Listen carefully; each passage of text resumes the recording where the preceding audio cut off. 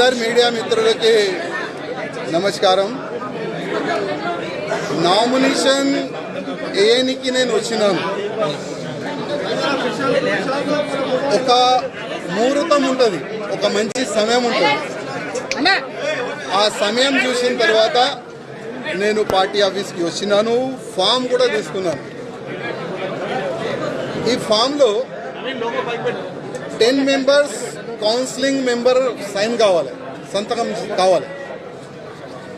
Already చాలా మంది మాకు ఆశీర్వాదం ఇచ్చే అట్లాంటి కార్యకర్తలకి మాట్లాడి ఇక్కడ తీసుకొని కూడా వచ్చినాం. స్టేట్ కౌన్సిలింగ్ మెంబర్ ఇక్కడ వచ్చిన తర్వాత వాళ్ళకి ఫోన్ చేసి పోస్ట్లో ఉంటావా, సస్పెండ్ చేయాలా అని వాళ్ళకి బెదిరించి ఇక్కడ నుంచి పంపించేసినారు. ముగ్గురు మా ఎంబడి వచ్చినారు. ఆ ముగ్గురే సైన్లు పెట్టినారు. ఇంకా దాదాపు 7 మెంబర్స్ సైన్ కావాలి. 10 మెంబర్స్ సంతకం చేసిన తర్వాతనే మనం ఈ ఫామ్కి మనం సబ్మిట్ చేయొచ్చు.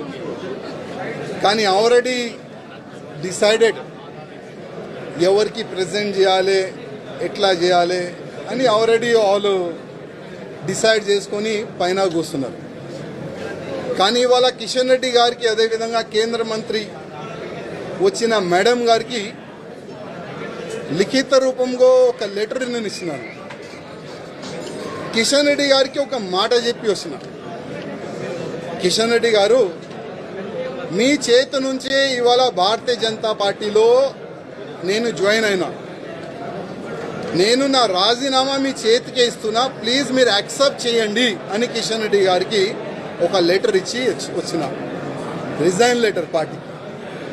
ఆ రిజైన్ లెటర్లో కింద ఒక మ్యాటర్ ఇది కూడా రాసిన, కిషన్ రెడ్డి గారు, పార్టీకి నేను రాజీనామా ఇస్తున్నాను, మీరు మీ లెటర్లో స్పీకర్ గారు కూడా పంపించేసేయండి. రాజాసింగ్ ఇప్పుడు పార్టీ సింబల్ నుంచి గెలిచిండు.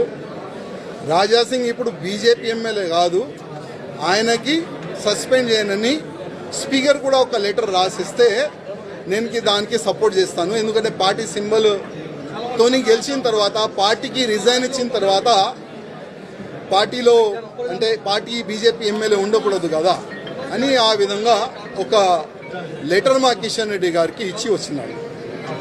దురదృష్టం ఏంటంటే 2014 నుంచి ఎన్ని ఇబ్బందులు భరించి ఇక్కడ వరకు వచ్చిందనంటే మా మీడియా మిత్రులకి కొంతమందికి తెలుసు. ఇవాళ నేను టెర్రరిస్ట్కి టార్గెట్లో ఉన్నా.